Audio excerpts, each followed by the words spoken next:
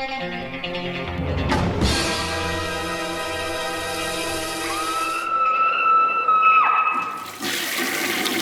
guys, what's up? It is week 366, I believe. So, yeah, let's hop right into reviews. No update this time around, but yeah, the first one up is a doozy. It is the 4K release of Deathdream by Bob Clark, released by Blue Underground here. Puts out lots of great work. They put out a nice special edition Blu-ray not too long ago, but now we have it on 4K. They did add a new commentary with Nathaniel Thompson and Troy Howarth, both great guys, both a very good commentary as well. And they added a new interview with the guy who plays Andy originally, and he just plays Andy for a brief moment. What is the actor's name? Gary Swanson, I believe is his name. He pops up in another movie I'll be talking about this week. So, yeah, this is 1974, originally made in 1972 by a Canadian production company, but shot in Florida. So yeah, it's a Florida one. And this is one of my favorite horror films. I've loved this movie for a very long time, and I'm really excited to see it on 4K. Looks really good. I mean, it is a low-budget movie from the 70s, shot in Florida, and so it has like a certain kind of quality to it. Think, it looks kind of like Martin or The Crazies or early David Cronenberg movies like Rabbit or Shivers, kind of that like low-budget kind of film quality, but still a serious film. What would I say? A professional film. So Bob Clark, before this, directed Children Shouldn't Play with Dead Things in 72, and he would go on to direct Porky's and Christmas Story, and of course Black Christmas, which was released in 1974 as well. Some other films. Bob Clark was a pretty good director. He did a lot of great things. 3 really classic, kind of unique horror films, and I think this is my personal favorite of it. So this stars John Marley, who was in The Godfather, character actor, and I can't think of the woman who plays his wife in this. She's exceptional as well. And yeah, this is also, I think, script written by Alan Orbsby, who worked with Bob Clark a lot. He's in Children Shouldn't Play with Dead Things. He was fired on Popcorn, worked on Popcorn a little bit with Bob Clark. So yeah, this is a really interesting film. It's one of the 70s horror films that, it's right in your face what it's about. So Andy is in Vietnam. In the very beginning, he is killed. And you hear this kind of whispering, don't let him die, don't bring Andy home, this kind of thing like that. And right away, he dies, and before we get kind of a military guy shows up and tells the family, you kind of know who these people are right away. You know who they are without coming out and saying it. Just the mother is infatuated with Andy, loves Andy. Obviously, he was a mama's boy, and the daughter in the family was more drawn to the father. You can tell this dynamic just by the way they interact and all these kind of things like that. So a soldier shows up and tells them that their son has passed away. Obviously, they take it hard, but that very night, Andy comes home. This movie also, I should say, has multiple kind of different alternative titles. Nightwalker is the one that I learned about. I didn't remember that. They said that in the commentary, but of course it's Dead of Night, Deathdream. And the one I always heard was The Night Andy Came Home, which I absolutely adore that title. I don't know if it's an official alternate title or not, but it reminds me, of course, of Halloween, The Night He Came Home. But so anyways, he shows up after, killing a trucker. Right in the very beginning, we realize that Andy's not right. And it's a big allegory for, you send your boys, your sweet boys from your small towns that well, that these pillars of the society, your future, to kind of what people would say is a bullshit war. You send them to hell, and they come back drug addicted. They come back violent. They come back angry. They come back shells of themselves. They come back dead. They come back monsters. And that's kind of what they're getting at here. And they even go as far to say that Andy needs blood, and he uses the blood as he would heroin. It's on the nose, but it works really well. It's kind of perfect for what it is, and the watching the family just crumble over this situation, all these underlining things come out, and there's some really disturbing, bothersome stuff. The performance by John Marley is so nuanced and so perfect, and you see like a lot of males, older males in him. Ones that you met in real life. I see bits of my father in John Marley in this movie when I watch it. The kind of, I love there's a line in here where the mother says, he's sensitive, he's not like you. And he's like, well, he would have got some of that from me too. And she's like, he never got that from you. And then later you see that there is a sensitive side to John Marley, and especially with the dog. It's just these tiny little nuances in the script with the characters and the performances that really push this forward. There's so much there. There's so much to look for. It has its scene of violence here and there, and some of it's not like the best special effects ever, even though Tom Savini early worked for him. I don't think he was the only special effects guy on it, but it's early work for Savini.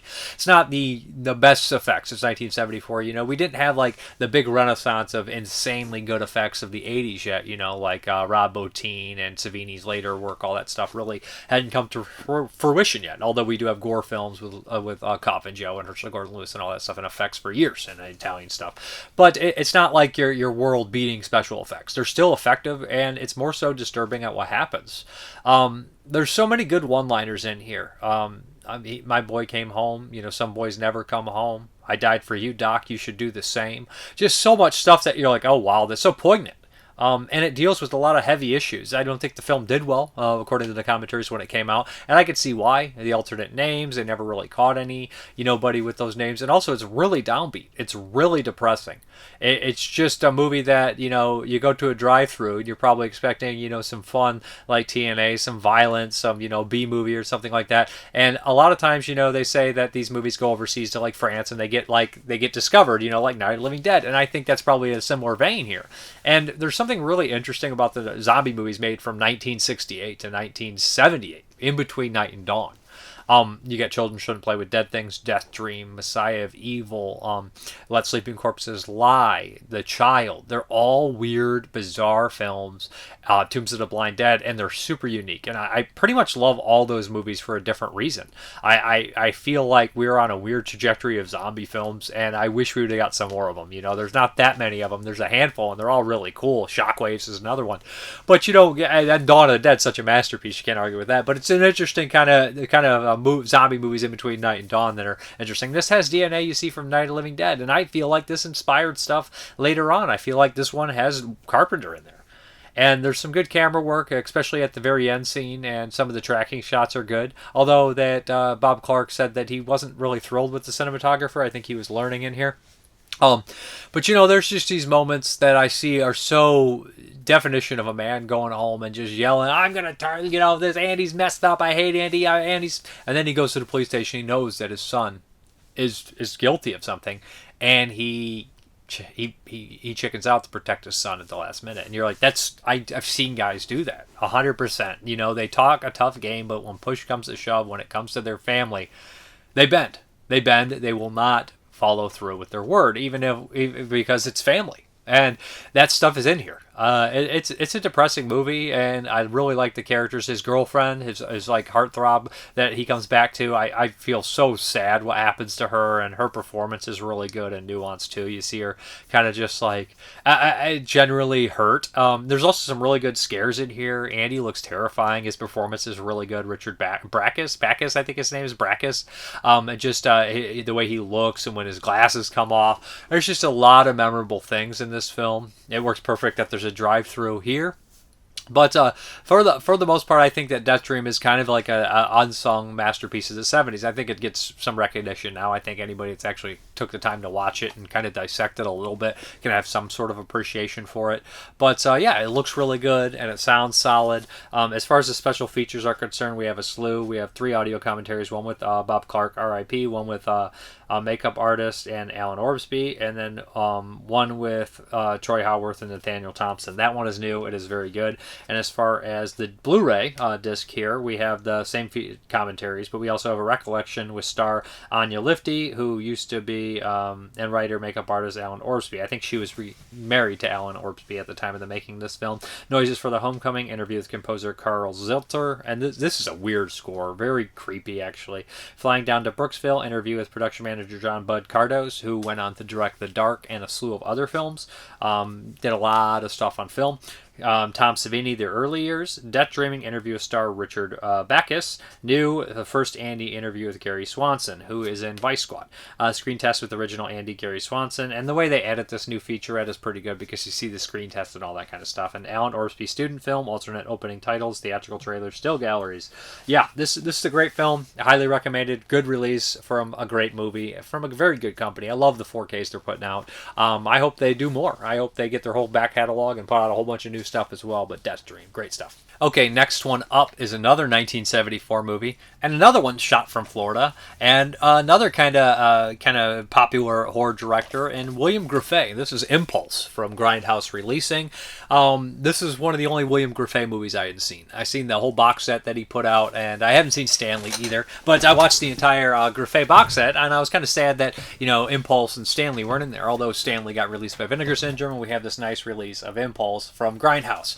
So this is infamous movie for the sake that it had William Shatner in it as basically a serial killer kind of crazy character. It's funny, I think Corruption came out the same year Grindhouse put out, and that had Peter Cushing in that kind of crazy role from 74. But Impulse. So I put this in, and we kind of open up right away with Bill Kerwin.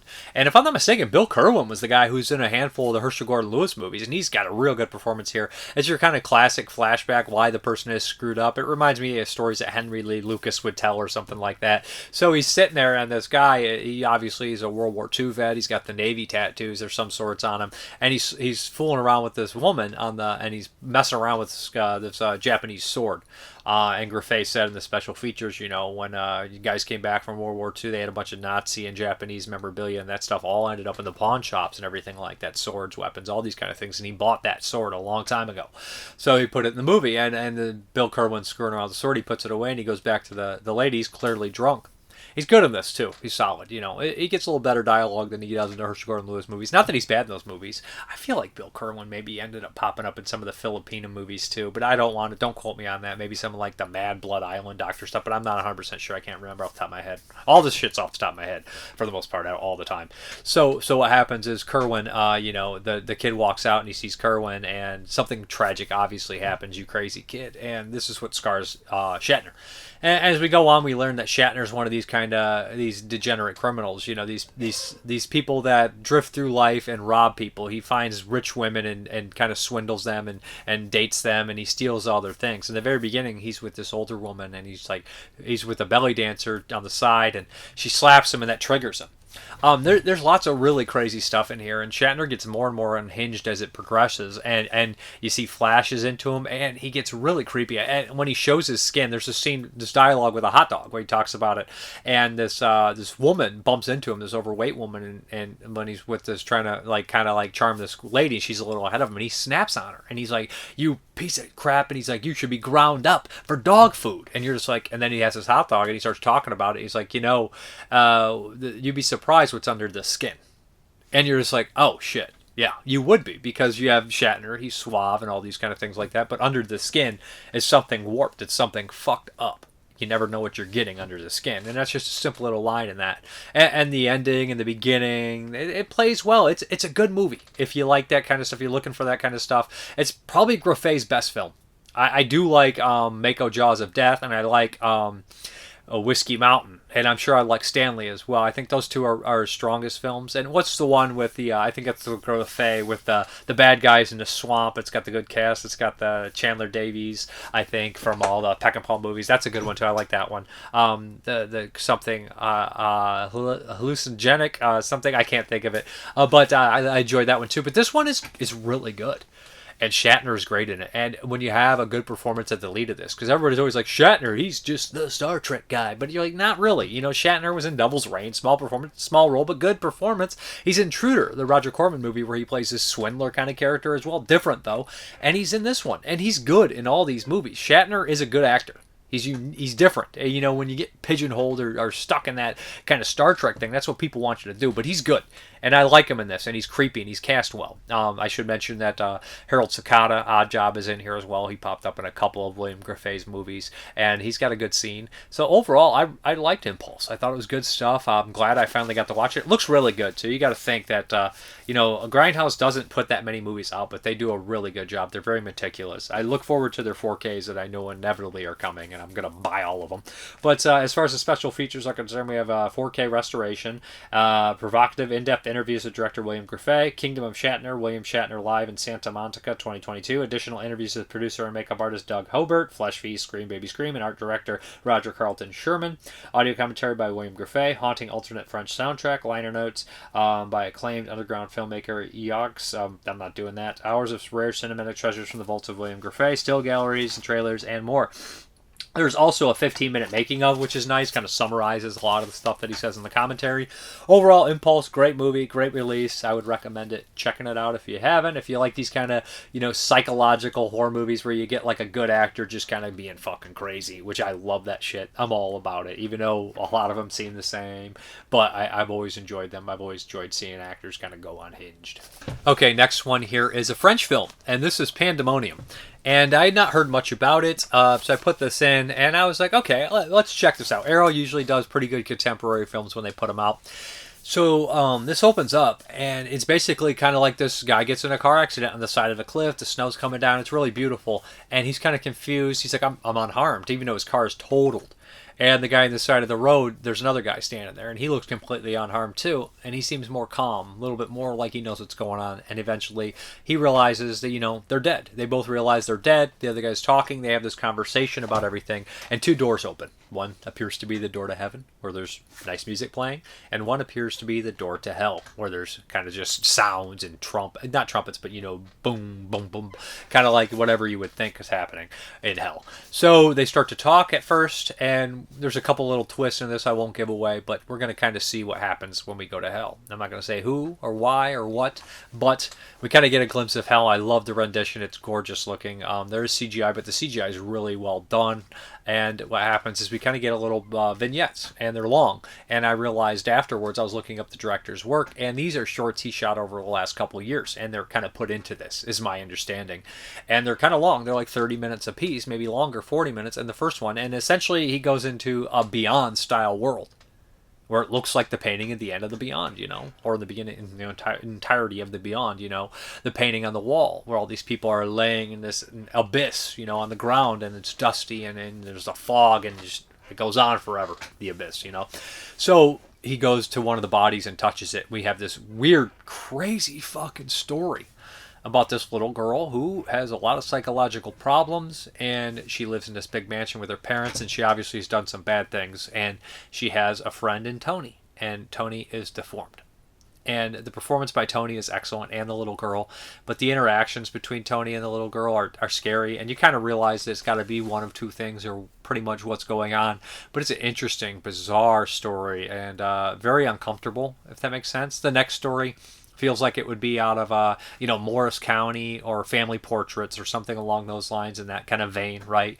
But it doesn't go quite as far as those movies. Who's that? Douglas Buck or Morris County? Those movies. That kind of feels a little bit like that, where we have this woman who's constantly busy, kind of neglecting her daughter, and her daughter's bullied. What this kind of thing is going. I don't want to spoil everything, but what gets interesting is the very end of the film. We kind of get to the rules of hell, and we start talking about it. And I just thought it was tremendously great, and the monster in hell is fucking horrifying, and the ending is so dark and so twisted. And I looking at the reviews of this, and I'm seeing a lot of negative reviews. I love this thing. I thought it was cinematically beautiful. I thought the special effects were good. I thought the stories were interesting. I thought it was. I don't know if it's that people do not like seeing like purgatory or hell or these kind of big punish for like your sins. It's a movie, guys. You don't have to believe it. You can believe it. It doesn't fucking matter. I don't know. It's just maybe I'm just not seeing the negatives or anything like that. But it was just an impressive feat. I really thought it was well done. I thought the acting was solid. I thought the music was good. I thought the story was good. I thought the dialogue kept me intrigued on the edge of my seat, and I liked hearing the rules that they had for hell. It's always kind of interesting when you see a different rendition of heaven or hell, all these things. Oh, Hellraiser is always something super unique, or the Beyond. What's ever beyond, is always a really kind of unique way, especially when it's not your traditional, run-of-the-mill stuff. But I always enjoy seeing it. Even Father's Day has a kind of crazy rendition of hell. But anyways, Pandemonium, I would recommend checking this out. As far as the features are concerned, we have French audio 5.1 with English subtitles. Different Textures, a brand new interview with writer-director Quarxx. Tony the Monster, brand new interview with writer-director Quarxx and special effects makeup supervisor Oliver Alfonso. Filming a Real Birth, a brand new interview with writer-director Quarxx, showing a behind-the-scenes look at the filming of a birth. Footage from the film's 2023 premiere in Paris, making a featurette trailer. Reversible sleeve featuring originally newly commissioned artwork by Dare Creative. Double-sided full poster featuring original newly commissioned artwork by Dare Creative. Illustrated collector's booklet featuring new writing on the film by Anton Bittel, and a director's statement and director Q&A. I really like this. I'm going to be looking forward to what this guy does next, because this is great stuff. Or whoever it is. Quarxx. I'm not sure what name, that is. It's the one title name. But anyways, it's pretty good. I liked it a lot. Okay, the next one here is from Dread Central and Epic Pictures. This is Bag of Lies. And I hadn't heard too much about this, but while I was reading it, I realized that it sounded a lot like a movie that came out this year as well, Baghead, which I have not watched. And they had a lot of similarities, and I was like, yeah, that's strange. That tends to always happen, right? So I've not seen Baghead, so I can't directly compare to how similar they are. But essentially what we have here in Bag of Lies is we have a guy whose wife is dying of cancer. He's at the, his rope's end. He's very depressed about it. They're both early 30s, so he doesn't feel like this should happen. They tried everything. It's just not really working. She's like a musical artist. He has a cousin who always stops by, and there's an in-home doctor that he trusts and comes in and does things like that. So what he decides to do is kind of look for some alternative medicine routes. I don't remember how he finds this older man, but he meets him somewhere, and the old man says, put a vial of your blood here, do this, but there's 3 rules here. After you're done with this bag and you put this thing in a bag, don't go into the room, don't talk to it, and do not look at it. So you're like, okay, this is kind of this like this for that, selling your soul maybe possible deal, and you have these rules that you cannot break, or obviously something messed up's going to happen. So he does the ritual, and this really kind of bothered me. It made me kind of just lose interest in the character right in the beginning and just not give a shit anymore, because he closes the door, does the ritual, he drops his 25-cent Bic lighter on the ground, and it rolls under the door, and he decides to open it and grab the door. It's like, man, if you really believed in it, if you're really willing to go to these alternative medicine routes and put everything you have into this, why would you break the rule after 5 seconds? It kind of just like, are you making this character unsympathetic or stupid or what? Or stressed? I don't know. You could justify it in many ways, but the fact is that when I saw it on screen, it bugged me to the point where I almost lost interest completely. And I'm not trying to be nitpicky. It just was stupid. It just doesn't make logical sense. And people in Grefe or whatever, they're not logical all the time, but it doesn't make logical sense in the film. I don't think so, at least. So as the movie goes on, strange things start to happen. He starts to see almost doppelgangers. He starts to see, his wife in different positions, and it does get better towards the end. I think the last act is solid, but I don't want to spoil the entire movie. But of course, people get killed, and there's some good special effects, practical effects on the character that I thought was really good and unique, and they bring in this whole kind of like spreading kind of detail, which I didn't really grasp fully, but of course, we have a character drop some, more exposition and kind of explains it a little bit, but not 100% clearly. This could interest a lot of people. This wasn't really my bag. I didn't love it. It was bag. Good one, Dave. But I didn't really dig this one too much. It was okay. It was shot all right. It was acted decently. It wasn't like poorly acted or poorly shot. Didn't care for many of the characters. Thought they were kind of flat. Thought they were kind of bland. The way the color palette was, it was made to look very depressing, very gray. That's obviously intentional, but obviously, it's a little bland on the eyes as well, and it didn't really suck me in. Sometimes, draining the movie of all color is a risky move. Sometimes I guess it can pay off at times, and other times it just kind of backfires and the movie looks really bland and boring. I think the latter is kind of here with this, but that's just my personal opinion, obviously. But Bag of Lies, check it out if it sounds like it's up your alley. There's some decent special effects, and there's a lot of like the trauma kind of horror films going on now. I don't think a lot of people are, they were really popular when this was probably being made, and I think some people are pulling away from a lot of those. I do think that. So Bag of Lies, check it out if it sounds like it's up your alley. Okay, the next one here is a low-budget film called We Go On, and this is by the directors, it's a pair of directors, I believe, who made Yellow Brick Road, which is an interesting, bizarre film, and We Go On is also an interesting, bizarre film. This is from Lightyear, and yeah, so I covered this a while back, and I remembered it, so when I watched it, I was like, okay, I'm interested to rewatch this one, and I remember really liking it, and it held up, and you know why this holds up? The lead performance is good by the lead guy here. He basically puts out a letter. He gets an inheritance, and he puts out a letter that says, I will give you $30,000 if you can show me definitive proof of the afterlife, which is a unique concept. And of course he gets a lot of crazies, a lot of weird people, but he has some leads that he truly believes, one of which is John Glover, famous actor, of course, in Gremlins 2 and Scrooged and a million other movies. I think he was Smallville. But his mom is Annette Toole. I think it's Annette O'Toole. I want to get her name right. Annette O'Toole. And I remember her from It. She plays Beverly, the adult version of Beverly. But she is in so many freaking movies, and she's the MVP of this movie. I think she steals the show. I think she's great in here. She's this I would say protective mother. And as it goes on, you learn more about, the dad and things like that, and at first, and flashbacks and all these kind of things. But so what happens is, poor guy, he, it's one of these things where he's going crazy, or how much is reality. But when you start to step a foot into the dead world, Obviously it's going to invade yours too. And that's kind of what happens. He ends up, meeting this guy who claims he can show him proof. And what happens is he gets sucked in and starts to get manipulated by a ghost who wants him to do some things for him. This is a really unique film. I think that the performance by the ghost is really good. I think the lead's really good. I think there's a couple like dark moments for sure. Again, it does have a lot of trauma in it, but this was made in 2017, so it's a long time. This is over 7 years old. But if you've not seen this movie, I would really recommend it. I don't want to say any more. I think it'll spoil it, but I did listen to the commentary with stars Annette O'Toole and Clark Freeman, a big chunk of that, and they have a good back and forth. They're obviously complimentary of each other, and they do a good job. I think the lead guy is in more stuff. He's kind of in more like the TV stuff, but Annette O'Toole's in a million movies. She does really good. She's very skeptical. She's questioning the people, and it's just a lot of cool things, meeting all these interesting, weird kind of folks that are trying to prove this kind of stuff. Either or, I think we go on. It's remastered. It looks pretty good. Sounds good. I would check this one out. If you like ghost stories, it's not your traditional ghost story, because I'm not a sucker for ghost stories. It has twist, it has creepiness, has its own rules. It sets up a world and has rules. I would recommend this one. We go on. Okay, the next one, I was listening to Pure Cinema Podcast, great podcast, and Brian Sauer and Elric Kane, and they were going through 2000 kind of like hidden gems or movies they hadn't heard of, and they discoveries, I guess is the proper term. And Brian brought up this movie called Windy City Heat. And I had never heard of it. And I was just like, that sounds really funny. It honestly sounded like something I was like, I shouldn't be laughing at this. It sounds kind of like mean-spirited and everything. But I was like, at the same time, it sounds like it's something I really can't control myself from laughing at. And I kind of have to see it in like the vein of Borat or something like that. So essentially what this movie is, it's made in 2003. And is it a mockumentary and film? So what happens is there's this kind of comedian actor who wants to be famous. He wants to be a star more than anything. Perry is his name. Perry, I can't remember his last name. It's a very Italian name. He's a very Italian kind of stereotypical guy. Like, I'm Italian, I'm Perry, tough guy. And he has two buddies with him. And these three guys always hang out. The two guys have screwed with him his entire life, is what they tell us in the documentary thing. So this is a movie, basically, everybody's in on this joke except Perry.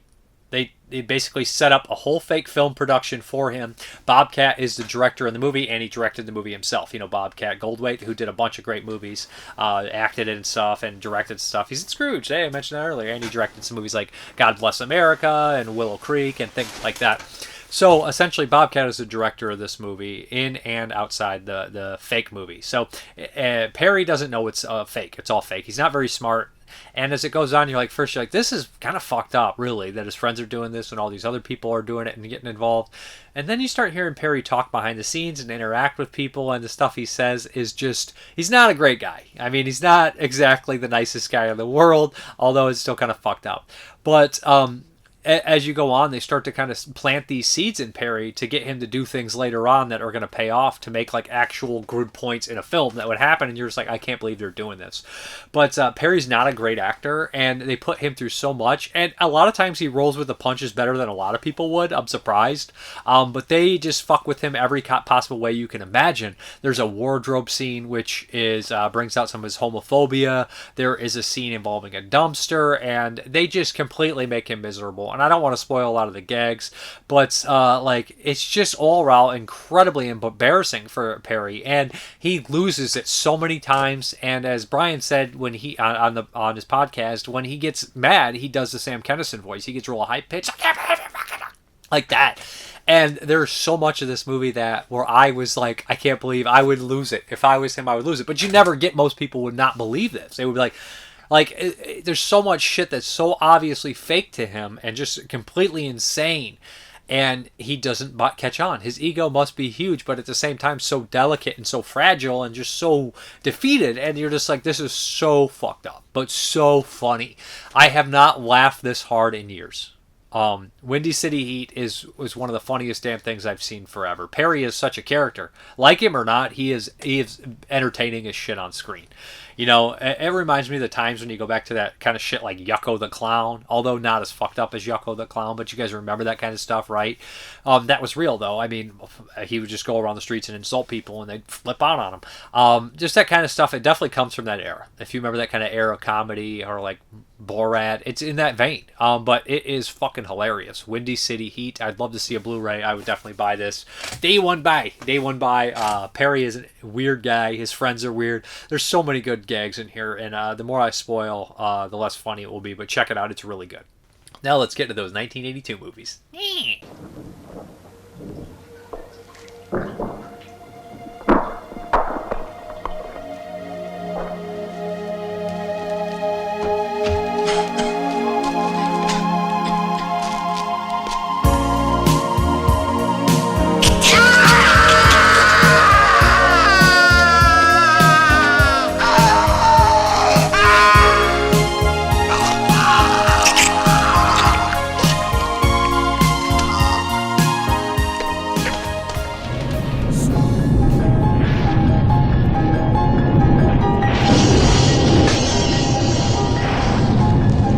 I know I'm human. If you were all these things, then you just attack me right now. So some of you are still human. This thing doesn't want to show itself. It wants to hide inside an imitation. It'll fight if it has to. But it's vulnerable out in the open. If it takes us over, then it has no more enemies. Nobody left to kill it. And then it's won. You son of a bitch, you moved the cemetery, but you left the bodies, didn't you? You son of a bitch, you left the bodies and you only moved the headstones! You only moved the headstones! Why? Why? For a girl like you to come into my life, I've been waiting for a girl like you who loves and will survive. I've been waiting for someone new to make me feel alive. Yeah, waiting for a girl like you to come into my life. You bitch! You calling me a bitch!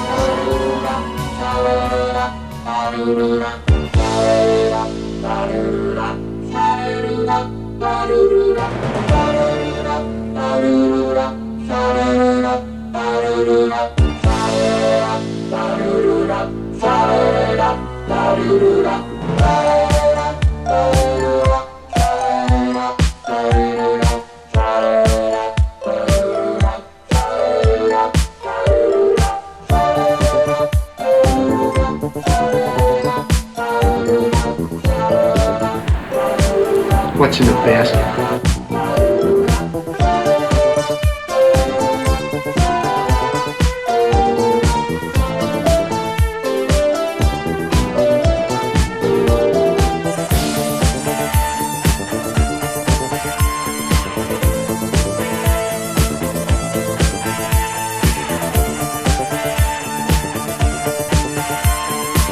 Open season!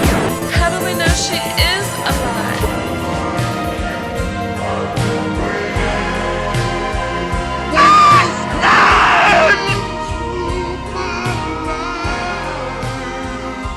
Say, please stop it. There's no more time. You've got to. Please stop it. Stop it now. Turn it off. Turn it off. Stop it. Stop it. Stop it. Stop it. Stop it. Stop it. Stop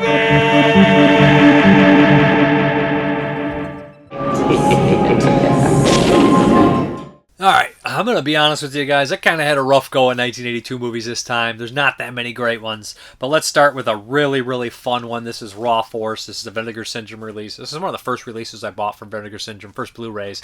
And Raw Force is absolutely bonkers. This is one of those movies where you look at the back of the case or the description and you're like, how can this not be the greatest film ever made? You have, ninjas and martial arts and zombies and cannibalistic monks and an island and like sex slave trade. This is so much crazy shit, and Cameron fucking Mitchell's in this. This is literally going to be the best movie ever. And this is so crazy. While watching this, I realized there's cameos from Linnea Quigley and Jewel Shepard from Return of the Living Dead. Or it's not Linnea Quigley, it's Kamel Keaton. Kamel Keaton and Jewel Shepard.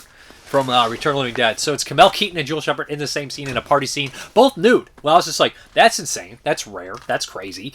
But yeah, I didn't notice that the first time I watched it. So anyways, what we have here is, oh boy, I don't even know how to go about this plot. There is a group of monks. One is Vic Diaz, I think. And Vic Diaz is in every of these Filipino movies. It's shot in Philippines, and he's in this, of course. So there's a group of monks that are on this island that need women to eat. So they can basically... They trade jade to people to bring them women, and a lot of the bad guys think that they're just trading off the women for like prostitution. They don't know they're getting eaten. But they do that so they can have the power to raise the dead. And the dead is all these fallen warriors on the island, so you get these different styles of martial artists. There's a group of smugglers that are bad. I do not remember how the good guys end up on here. I think they're on a yacht led by Cameron Mitchell and his wife, who are constantly at each other's throat. Cameron Mitchell seems like he's having a good time. Love Cameron Mitchell. And he's also in another movie this year, Bloodlink. So what happens is the boat gets attacked by the crazy terrorist. I think they had a fight in a bar. You got to have a bar fight scene, right, in classic Western style, but this isn't exactly Western, it's martial arts style, kind of similar. But so what happens is the group gets targeted by these terrorists. They bust in and attack them. There's tons of nudity, of course. Why not? It's a boat party. There's tons of nudity, tons of sex, tons of sleaze. And they kill some of the people on the boat, but a group of them escape. Some of the baddies get killed, and they end up on this island. And of course, they don't realize that they're screwed because there's martial artist zombies and cannibalistic monks and the other smugglers. So what ensues is a group of these ragtag group of survivors and Cameron Mitchell and stuff, and it's like set up like a team, like there's going to be a bunch of fucking sequels, and you're like, what is going on? But they fight, and they kill a lot of them. It's cheesy, it's sleazy, it's fucking stupid, it's entertaining, it's raw force, baby. It's good. It's good in the way it needs to be good. Yeah, so as far as the special features, we have 2K restorations from 35 camera negative, Destination Warriors Island featurette with director Ed Murphy and cinematographer Frank Johnson, audio interview with finishing editor Jim Wynorski. That explains why there's so much nudity in this damn thing. But yeah, I enjoy it. It's fun. It looks like Cameron Mitchell's right on the cover there. Great stuff. Raw force. All right, this next one here is Runaway Nightmare, also from Vinegar Syndrome, listed as a horror film. It's definitely a comedy, not much horror. The director and I think one of the actresses, who I think he's married to, are on the commentary with Joe Rubin and is it Howard Berger on here talking, and they're like, this wasn't supposed to be like put out as a horror film. It's not a horror film. It's a comedy, and they talk, and it's supposed to be like comedic and have these influences from classic comedies. It doesn't change the fact that Runaway Nightmare is really dull. And here's this kind of movie like this. It's really weird and bizarre and travels to the beat of its own drum. So this kind of puts out these movies where like a lot of people are going to love it unironically because it's so weird. And then there's going to be a group of people that are like, it's the best thing ever. And they're going to be completely facetious and annoying about it. Or they're going to be hyperbolic. And it's going to be fucking annoying. You know?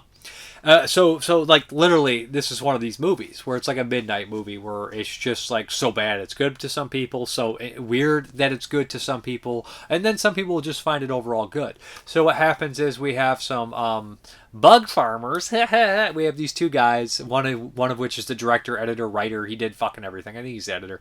And basically these two guys that raise snails and worms, and one day they witness kind of these criminals out there, and they bury this big coffin, and they're like, what the hell is that? So they go dig it up. It's a beautiful woman. They take her back to the house. She's still alive. They're going to call the police, but right then a group of like kind of really militant women break in with guns, and they kidnap them, and they say, you got to come back. Our leader's got to say what to do with them. What ensues is these guys tied up into a room talking for a long time. Some of the women like them. Some of them seduce them. There is absolutely no nudity in the film, so it's not like it's a movie without nudity, without that kind of thing. It's not really about that. It's more like, you know, the women are in power and it's comedy. So it's not really a sleaze fest, which you would expect, or a horror film, which a lot of people probably expected. So in that vein, it is kind of interesting and weird, but it's so dull and the pacing is really awful. There is an alternate version that they do have some of the scenes from with nudity inserted in from Hong Kong, I believe, but it is like worse quality. But overall what happens is these guys are forced to help these women do silly things, you know, stop get this with his platinum back, but it's not actually platinum. And there's not really any special effects to speak of. There's not really anything to speak of except weird off the wall dialogue, strange editing choices. It's a low budget movie that was shot in 1978. It wasn't released till like 82 from my understanding. It's patched together. It's bizarre. It's not a horror film. It's a comedy cult, silly, weird thing. A lot of people will get a kick out of this. I wasn't the target audience for this. Like, a lot of time these movies are right for me. Sometimes they're not. Runaway Nightmare is not for me. It's not my thing. It's not my jam. I don't like, what's that dumb thing? Limited edition, 8 out of 8. That's pretty crazy. I guess that is insane. But that's what I got here. As far as commentary director, Mike Cartel, alternate video scenes. So I'm imagining I got a special one or something like that that was not put into the 1,000. But yeah, anyways, if you like this or you're interested in the movie, check it out. This is early days of Vinegar Syndrome releasing. Before they had a lot of big titles, they had a lot of bizarre titles. And I do think it's worth watching. I think it's interesting for the sole fact of seeing it. It's just not something I really like that much. It's Runaway Nightmare. Maybe it'll grow on me. It very well could. So that's a possibility. Okay, next up is Vice Squad by Gary Sherman. So this is not necessarily a horror film either. Gary Sherman directed Raw Meat, which I really like. Dead and Buried from 81, which is a favorite of mine. He directed Vice Squad. He directed another one from this year, and he'd go on to do Poltergeist 3, Wanted Dead or Alive, the Rutger Hauer movie. So he has a pretty good track record. Believe it or not, I had never seen Vice Squad. Vice Squad I had on DVD, and I was like, oh wow, I can't believe I've seen it. Finally time to watch this for 1982. Letterboxd has that as a horror film. I don't really call it that. It's more exploitation, crime, drama thing. And the man in here is Gary Swanson, of course, and I think it's Susan Hubley is the woman in here, but Wings Hauser steals the show. He really does, and he plays, what the hell's his name, Ramrod? He sings the song in the very beginning, Neon Slime. That's the best part of the movie. The Neon Slime music is fucking awesome. The singing's awesome. So this is an LA kind of sleazy movie. And, coming off of the 1980 and 81, you're seeing shit like Maniac and Basket Case and all these kind of sleazy, crazy movies and cities and Nightmare and A Damaged Brains opening. All these movies, and you got this grit. You got this real nasty grit. So I'm watching Vice Squad. I'm kind of like, it's kind of there. It's kind of there. But there's a weird tone to it. Now, if you're looking at something like Don't Answer the Phone, where we have a serious tone when you're with Nicholas Worth or the radio psychiatrist, and it's got that dark tone, and you're like, this is fucked. And then you go to the cops, and it's like, it's a bust. It's like this comedic tone. You're like, they don't really match, but they're completely separate entities in the movie. They do come together at the end, and they go more the serious tone. It's not a joke tone, but they're a separate entity. Same thing with Last House on the Left. You have that separate entity. Never do the two really meet. Town That Dreaded Sundown as well. This one, it tries to mix them, to me. And overall, the whole tone seems off in Vice Squad. It's never nor gritty or scary enough to really fit in that mold. And it's never funny enough or goofy enough to fit in that mold. Now, there's points when our lead character has a couple Johns that are really silly. One who's obsessed with sucking toes. And you're like, oh, that's a crazy, weird scene. But for the most part, it's weird. At parts, it feels like a buddy cop movie. And then the next minute, it feels like it should be Maniac. And I just don't know. But it's all in one tone. Like, I shouldn't say 1 minute. It's all kind of like a buddy cop movie and a sleaze fest at the same time. And you're like, that sounds great. It just doesn't work for me. I don't know why. I don't think it's a horrible movie. I think Wings Hauser's a fucking maniac, and he's like the Terminator. He doesn't stop. And I think he's really good in it. And I like him. And the overall, Gary Swanson's all right. I just don't... The writing is iffy. It's iffy. In the very beginning, a prostitute is killed by Wings Hauser. She's beat badly, and she dies on the hospital bed, and she code blues, and instead of like trying to resuscitate her, give her mouth to mouth, it's a very serious tone part too, like in a weird way. They don't do anything, and then the cops just like covers her up. It's like they wouldn't do that. They'd be giving her mouth to mouth. They'd be resuscitating her. Like, it's whatever. And like right in the beginning, you're like, oh, this is going to be that kind of movie. That's what Jeremy says. This is going to be kind of bullshit. It's going to be kind of a lot of bullshit stuff happening here. So what happens is Gary Swanson's really pissed off about this as the cop, and he wants to kind of, so he uses a prostitute who was friends with her to go undercover to catch Ramrod. Ramrod gets caught, but in the minute she flips out on Ramrod and says, I hope you rot in hell, I was wearing a wire, yada yada. Ramrod freaks out, breaks away, gets away from the cops, and goes on a cross, like, city crime spree. He was running all these kind of weird eccentric characters, including, like, goes into a gay club, attacks a pimp, and all sorts of people, and he's like violent, killing people, hurting people, and he's intense. He's great in it. And of course, he's after this prostitute to get his revenge. Overall, a lot of the characters are just kind of bad. Like, they just sell people out. They put a lot of people in danger in here. I loved watching Wingshauser. I like the look of the film. I like how it's shot. I like the music in it. I like the production value, but as far as the script is concerned, I couldn't get behind this movie, and I can't believe it. I just thought I would eat this up. I thought it was going to be the best movie, one of my favorite discoveries from '82. It just didn't work for me. It just felt like manufactured sleaze or manufactured grime.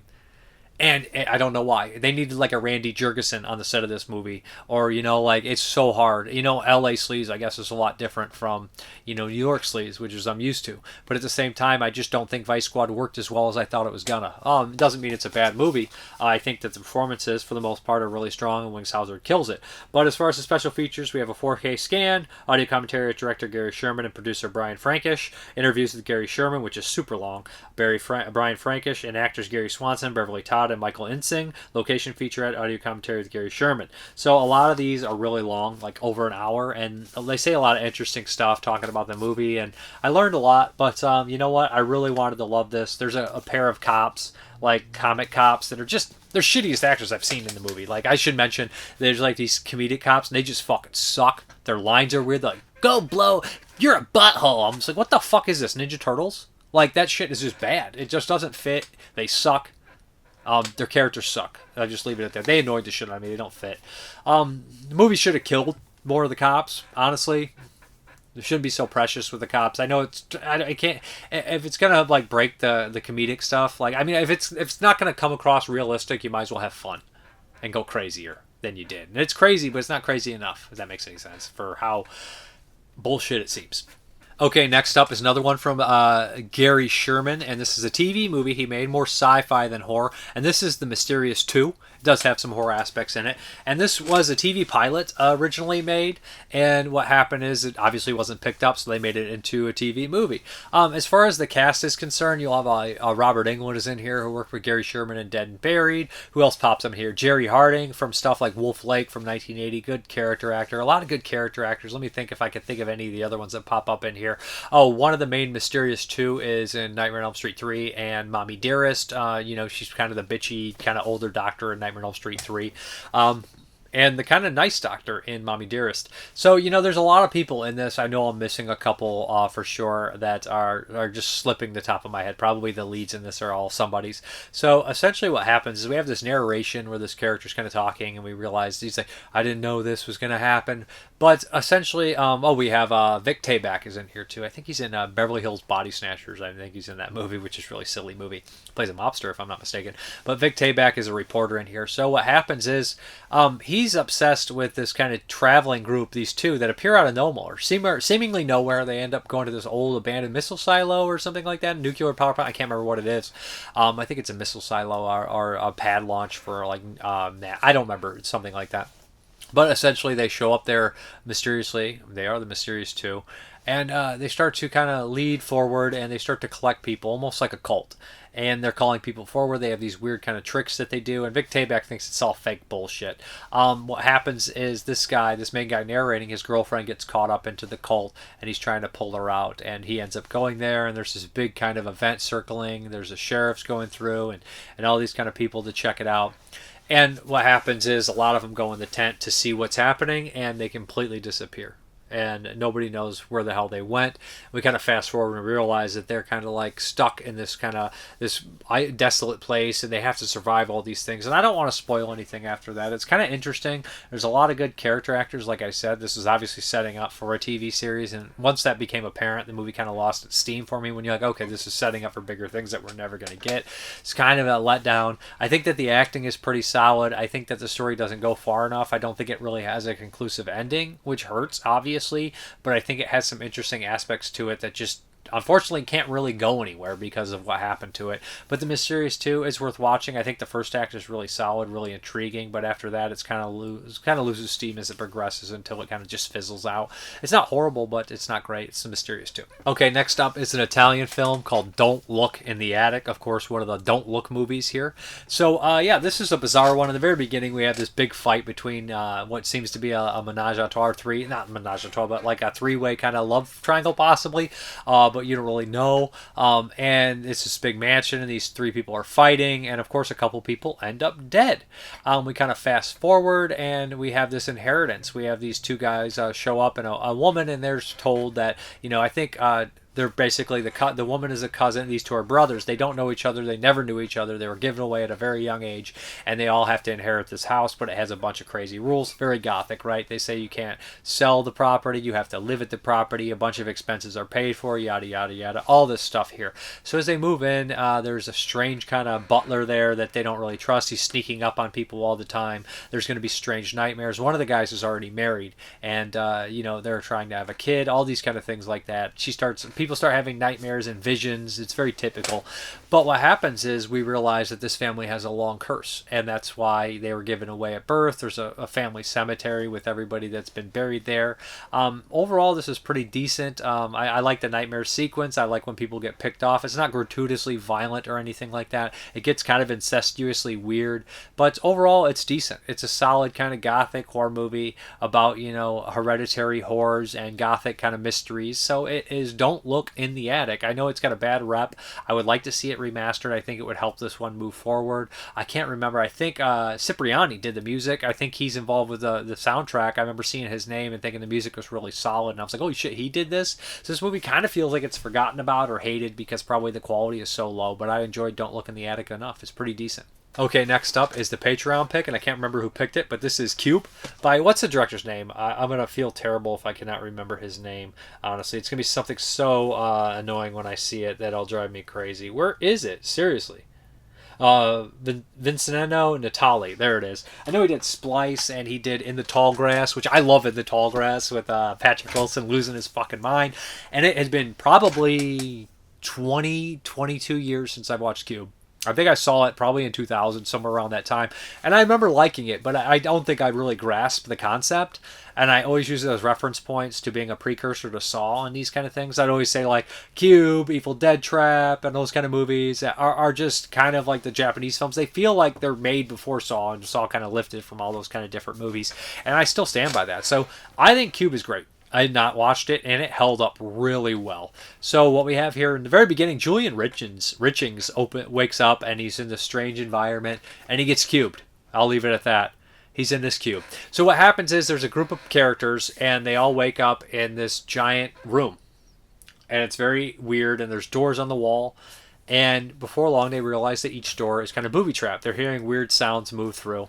And they all kind of realize, they start talking who they are, why they're there. They don't know. There's arguments. They all come from different walks of life. They all seem to realize that they serve a purpose, and they have to work together to try to get the fuck out of this cube. And they move from one room to the next. You have kind of like the alpha male kind of police officer guy who at first you think, this guy's maybe heroic, but as it progresses, you start to see under and see more into his background. And I love how they do with this character. And then at first you have the kind of guy who's like, why bother? And he's really annoying, but you can understand him. And he kind of switches as well. And you have like kind of the government conspiracy theorist, a math student, and a mentally handicapped kind of autistic person. And it's all these people here, and kind of like escape artist from prison. So all these people here, you don't know why they're here. They don't know why they're here. They all have to work together to try to get out of this cube.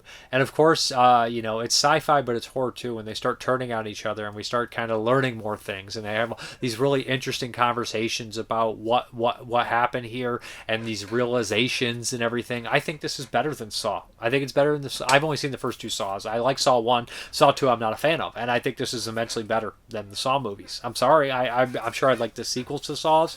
Just never really watched them. Never got into them. I have them, and I will watch them one day. But I was impressed with Cube. I know the sequels aren't as beloved, and I've not seen them, and I've not seen the 2022 remake, 2021 remake from, is it Japan? Japan remade it, which is really fucking nuts to me.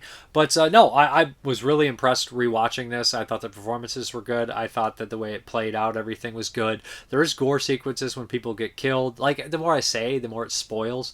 But, people turn that you don't expect it. Well, I wouldn't even say that. It's planned. People slowly turn. People lose their minds. But everybody seems to be there for a reason, and you can't put everything together. But, like, there's moments where they realize things, and you're like, fuck, only if they would have realized that sooner. All these kind of things like this. But some of the gore is CGI. The CGI is dated, but it doesn't hurt the film, especially if you're already invested in what the hell's going on. But I was really impressed with Cube. And, In the Tall Grass kind of has a similar vein, right? So Stephen is a Joe Hill story, I think.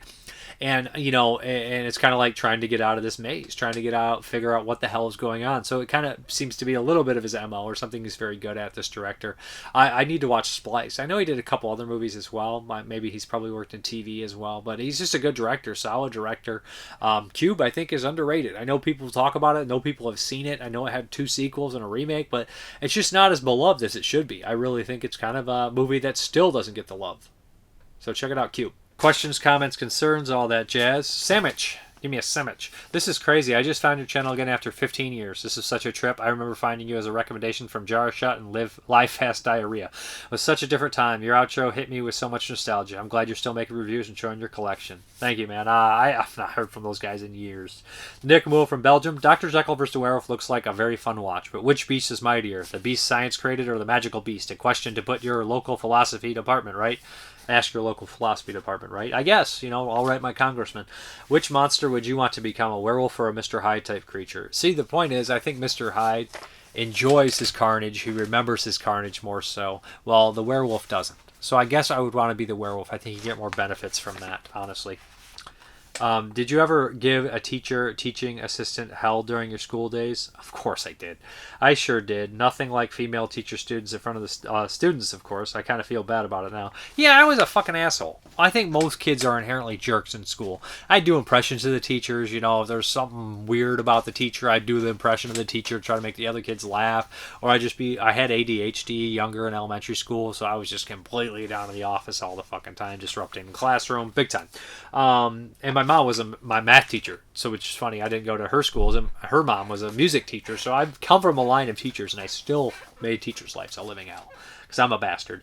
Do you think that Suitable Flesh, Joe Lynch, is worthy successor to Stuart Gordon when it comes to Lovecraft movies? I haven't watched Suitable Flesh. I don't think I can answer that. I mean, like, Stuart Gordon was making those movies in the 80s, and I mean, they're not exactly, they're Lovecraftian in a lot of ways, but they're not Lovecraftian in a lot of other ways. I haven't seen Suitable Flesh. Joe Lynch really doesn't make Lovecraftian movies typically, although Suitable Flesh seems to be. I'd have to watch the movie before I gave a real answer, and on top of that, I just don't know. It's a different time, it's a different place, and Stuart Gordon was one of a kind, so I don't know if there's any successor to Stuart Gordon as far as Lovecraft films are concerned. Thanks for your always great content, sir, and remember, never surrender, always keep your pervert card ready, or is it an APP card now? I don't know. Movie Junkie Reviews, agreed with The New Daughter. Pretty decent, nice twist on the old folklore tale. Stephen Hyde, I enjoyed this very much. Keep up the good work. You're awesome, buddy. Thank you. Killer Rodan, keep it up. You're awesome. I appreciate it. And way up, dude. Wave. He gave me a nice little wave and everything. Thank you. Zammy Adams, Female Teachers, one hell of a movie. I loved it. It's so dark too. Like the end realization, like this is fucked. Ken Coakley, I'm a huge Paul Naschy fan. He showed us what John Belushi would have looked like if he had done horror. I wish there would be a box set of the Vladimir films.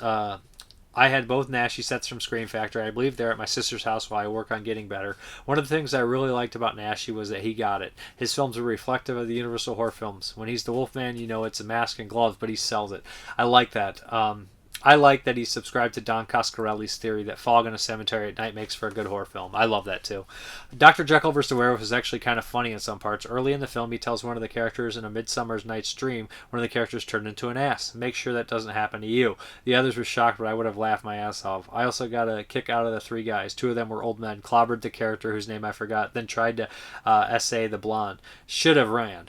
should have run. Those guys would have been winded, but if she ran, she would have been saved by Super Nashi, who managed to bear hug one of them to death. Sadly, the only way I can watch Nashi movies is on Tubi, and the transfers aren't very good. I do have a couple questions. Will you ever do a video showing your awesome collection? Another video? Yeah, I should. Very soon, I think. What is your home theater setup? My home theater setup is I have an 85-inch, what brand is it? I think it's it's not Sony, is it Samsung? Is it Samsung? 85-inch TV screen, 4K, HDR and stuff, and then I have a sound bar with a surround sound system and a subwoofer that's pretty good. And so I watch it in the living room. I also have a 4K player. And I have a region-free Blu-ray player hooked up, and then I have another TV with games on it in a different room, and then I have an old 720 that I have the VCR and the Laserdisc player hooked up to watch stuff if I have to.